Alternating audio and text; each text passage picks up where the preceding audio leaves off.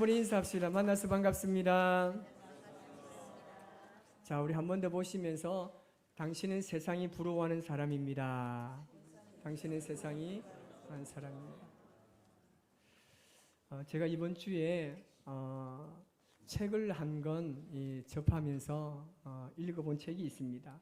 그 책의 제목은 뭐냐면 사람에게는 얼마만큼의 땅이 필요한가라는 책입니다. 이 책을 보면 인간의 절제되지 않는 욕망은 결국은 그 사람을 죽음으로까지 몰고 간다는 것을 확인할 수 있습니다. 이 소설의 주인공은 이 소작농을 하는 이 파홈이라는 사람입니다. 이 사람은 가장 일생의 꿈이 뭐냐면 자신의 땅을 경작하는 겁니다. 그래서 그는 아내와 함께 정말 성실하게 열심히 일하며 살았지만 몇 년 동안 허리끈을 메고 살았지만 밭 한 떼기도 살 수 없는 형편이었습니다. 파홈은 이렇게 이야기합니다. 나에게 땅이 생긴다면 나는 내 영혼을 사탄에게도 팔 수 있다라고 이야기합니다. 그런데 어느 날 정말 희소식이 그에게 들려왔습니다. 이 한 마을에 가면 아주 특이한 조건으로 땅을 소유할 수 있다는 겁니다. 그래서 그는 가족들과 함께 그 마을로 이사를 가게 됩니다. 그 마을 총장과 이 땅을 매매 계약을 하고 난 이후에 정말 가슴 벅찬 마음으로 그는 정말 잠을 이룰 수가 없었습니다. 그런데 그 계약의 조건은요, 굉장히 간단합니다. 해가 뜰 때부터 시작해서 해가 질 때까지 밟고 돌아오는 땅은 모두 가질 수 있는 조건입니다. 단 해가 질 때까지 출발점에 돌아오지 못하면 땅은 하나도 가질 수 없습니다. 파홈은 생각합니다. 내가 못 돌아올 줄 알아? 나는 내가 땅을 가지기 위해서라면 뭐든지 할 수 있어. 이런 설레이는 마음을 안고 뜬 눈으로 밤을 샌 파홈은 동이 트자마자 개나리 보찜을 메고 길을 떠났습니다. 파홈은 점심시간이 지났음에도 불구하고 반환점을 돌지 않고 계속해서 앞으로 전진만 했습니다. 왜냐하면 걸으면 걸을수록 가면 갈수록 더욱더 비옥한 땅이 그의 눈에 펼쳐졌기 때문입니다. 눈앞에 보이는 땅을 밟기만 하면 전부 자신의 땅이 된다는 생각에 파홈이 너무나 기뻤습니다. 그렇게 하루 종일 걷다가 이 파홈이 문득 정신을 차리고 하늘을 보니까 해가 어느덧 서산으로 기울어지고 있었습니다. 깜짝 놀란 파홈은 그제서야 발걸음을 돌려서 출발선을 향해서 뛰기 시작합니다. 잘못했다가는 땅을 하나도 얻지 못한다는 생각이 들자 마음은 점점 급해지기 시작했고, 마음이 급해지면 급해질수록 몸은 말을 듣지 않았습니다. 그는 이 해를 바라보면서 젖먹던 힘까지 다 짜내서 달리고 또 달리고 달렸습니다. 그리고 마침 해가 서산마루를 막 넘어가기 전에 그 순간에 가까스로 그가 출발선에 도착했습니다. 그러나 그는 그만 너무나 많이 달리는 바람에 탈진하고 가슴을 부여잡고 쓰러지고 말았습니다. 파홈을 기다리던 모든 가족들이 환호성을 내면서 파홈을 축하하고 있습니다. 그 마을 총장도 파홈에게 이야기합니다. 파홈 축하하네. 이제 당신이 밟은 그 모든 땅은 이제 당신 것이라네. 그렇게 말을 합니다. 하지만 파홈은 아무런 대답이 없습니다. 이미 그는 그 자리에서 피를 토하며 죽어 있었습니다. 다음날 파홈은 자신이 그토록 소유하고자 노력했던 땅에 묻히고 말았습니다. 그에게 허락된 땅은 자신이 밟았던 그 넓은 땅 중에 단 2평뿐이었습니다. 그가 하루 종일 땅을 밟으면서 걸었을 때에 그가 욕심을 절제할 수만 있었다면 그는 그 넓은 땅을 다 소유할 수 있었을 것입니다. 그러나 그는 인간의 욕망을 절제하지 못해서 결국 자신이 밟았던 그 넓은 땅에서 겨우 2평밖에 소유하지 못하게 된 것입니다. 여러분, 이 절제라는 덕목은 비단 신앙인이 아니더라도 인간 사회에서 참으로 소중한 덕목이라고 말할 수 있습니다. 절제란 모든 과정과 마지막을 아름답게 결정지어주는 힘입니다. 절제가 없으면요, 모든 열매는 아름답게 이 결론 지어지지 못합니다.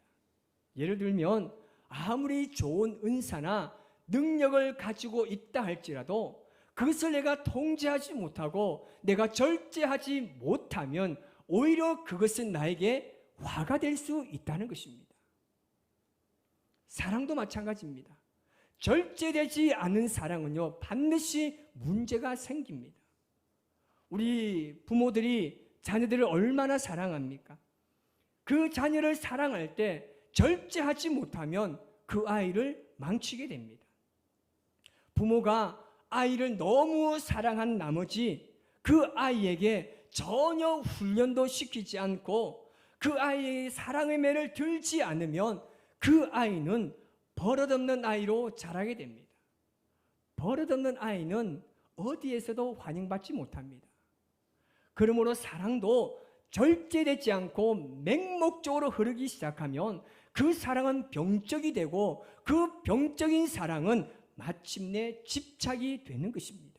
여러분, 이 얼마나 무서운 겁니까? 그러기에 사랑에도 반드시 절제가 있어야 합니다. 자, 그렇다면 절제가 무엇입니까? 절제는 자기 스스로를 잘 조절하는 능력입니다. 셀프 컨트롤로 번역합니다. 그런데 원래 우리 인간들은요, 자기 스스로 절제할 수 있는 힘과 능력은 없습니다. 그래서 이 절제라는 이 단어를, 헬라 단어를 분석해 보니까 이 단어가 통치자의 영역 안에 있음으로 해석하고 있습니다.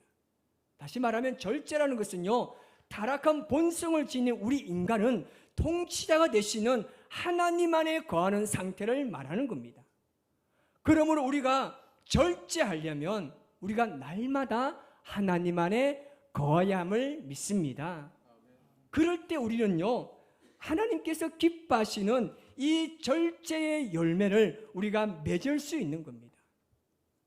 우리 안에 여러분, 우리가 하나님 안에 살지 못하면 우리 안에는요, 우리의 본성이 나를 지배하게 됩니다.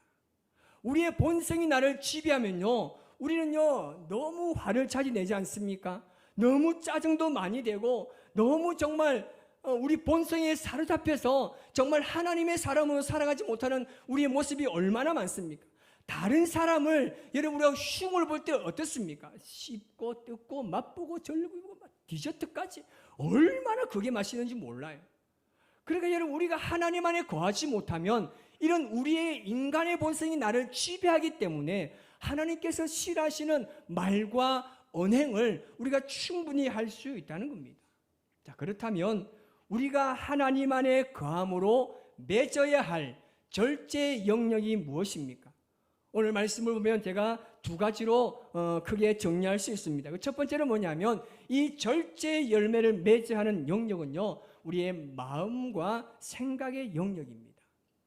잠언 25장 28절 이렇게 말합니다. 시작.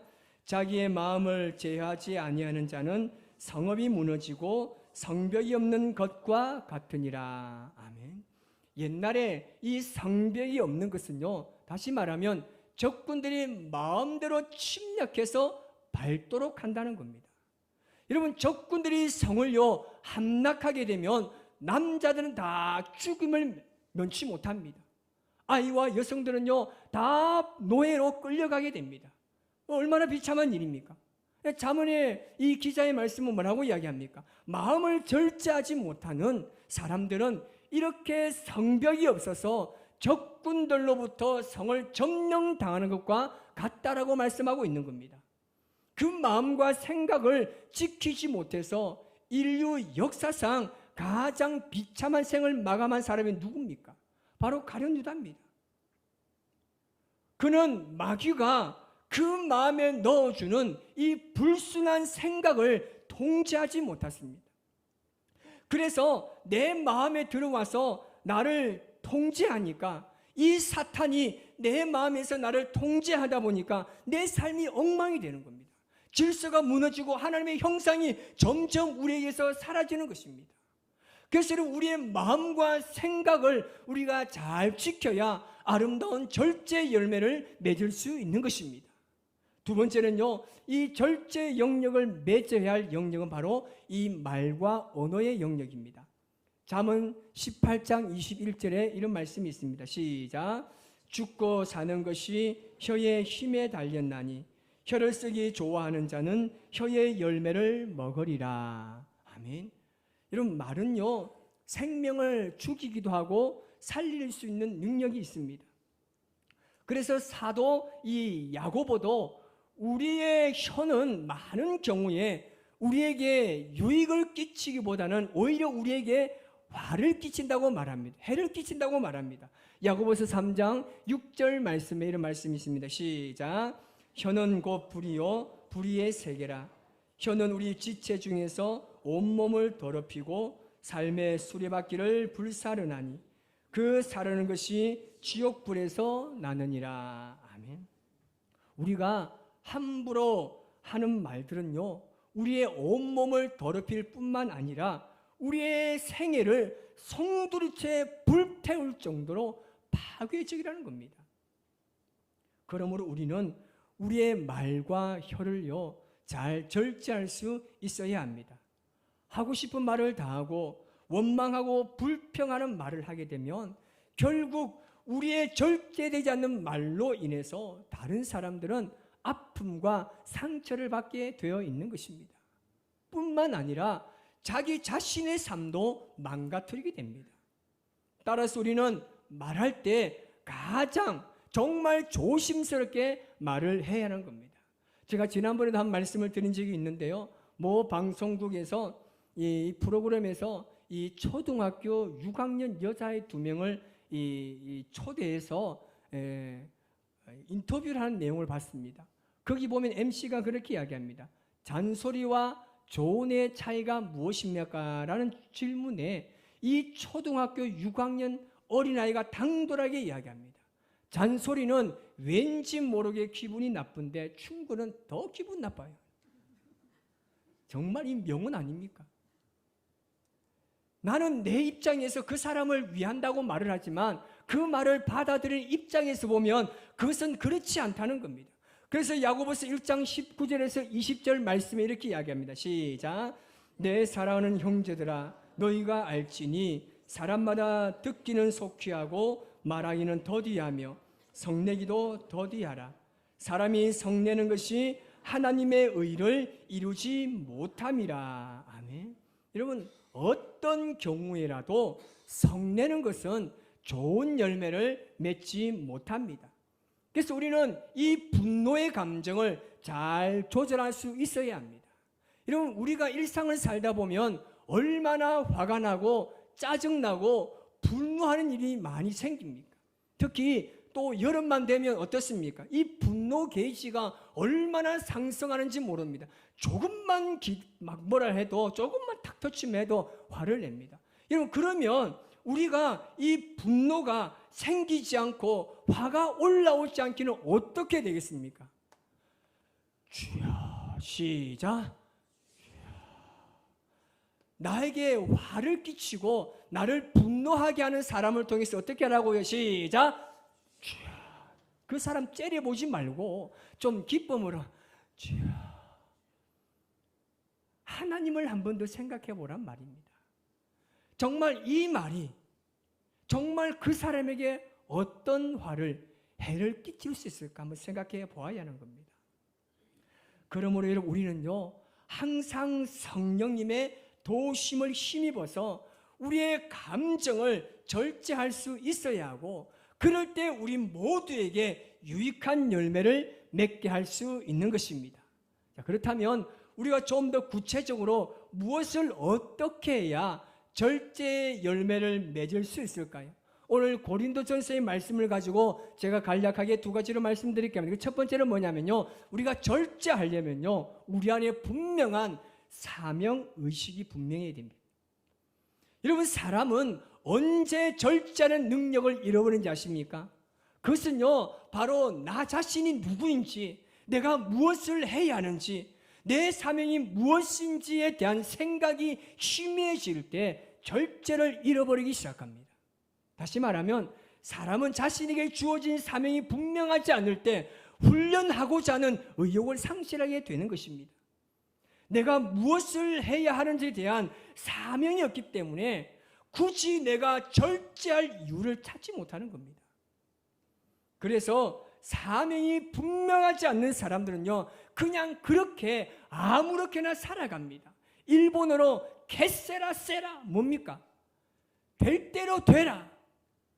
그렇게 살아가는 거예요. 그렇게 살다 보니까 그냥 시간만 허비하게 되는 겁니다.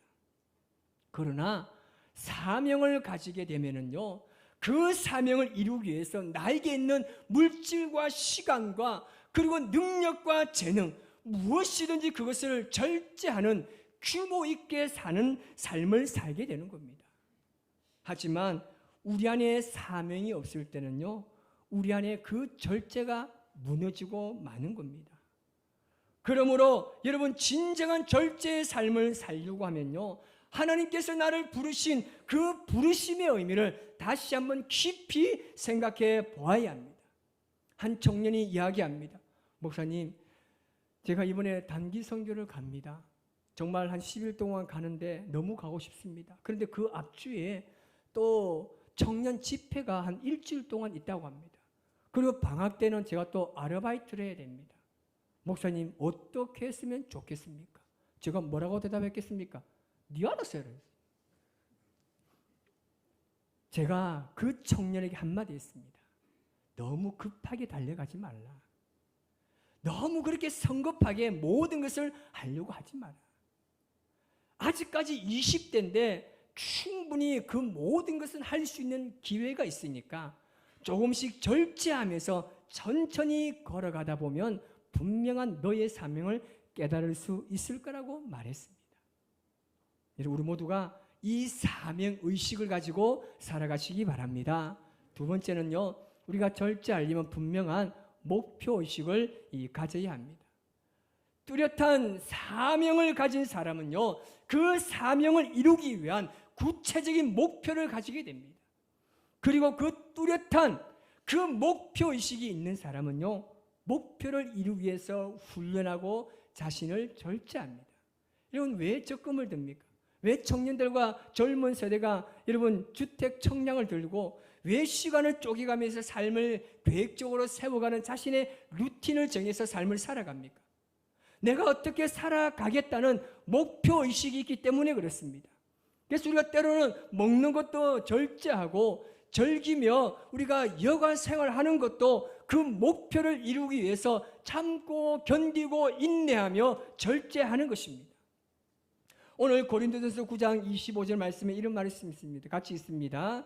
이기기를 다투는 자마다 모든 일에 절제하나니 그들은 썩을 승리자의 관을 얻고자 하되 우리는 썩지 아니할 것을 얻고자 하노라. 아멘. 여러분, 이기기를 다투는 자마다 모든 일에 절제하나니 그들은 승리의 관을 쓰기 위함이라고 말씀하고 있습니다. 여러분, 오늘 본문에 의하면 승리의 면류관을 얻고자 하는 이 목표의식을 가진 사람은요, 모든 일에 절제할 수밖에 없다는 겁니다. 여러분, 절제 열매를 맺기 원하십니까? 우리가 절제 열매를 맺기 원하신다면 여러분의 삶의 목표가 무엇인지를 다시 한번 확인해 보시기 바랍니다. 그 목표가 분명할 때 우리는 그 목표를 이루기 위해서 스스로를 훈련하게 되고 절제 열매를 맺을 수 있게 되는 것입니다. 그러므로 이 절제라는 것이 우리 모두에게 얼마나 중요한지를 깨닫고 평생에 하나님의 도우심을 힘입어 절제하면서 많은 생명의 열매를 맺을 수 있기를 주님의 이름으로 축복합니다. 오늘 시간 우리가 이 찬양으로 우리가 고백하며 나아갈 것인데요. 여러분, 우리가 살아가는 모든 삶, 우리의 사명과 우리 목표 의식에 대하여 내가 하려면 지칩니다. 반드시 내가 이루고자 하면 문제가 발생할 수밖에 없습니다. 이것은요, 하나님께서 하셔야 하는 겁니다. 주님께서 내 인생에 들어오셔서 주님께서 나를 통해서 그 일을 행해 주셔야 합니다. 그래서 제가 처음에 말씀드린 것처럼 절제는요, 절대 우리 스스로의 힘과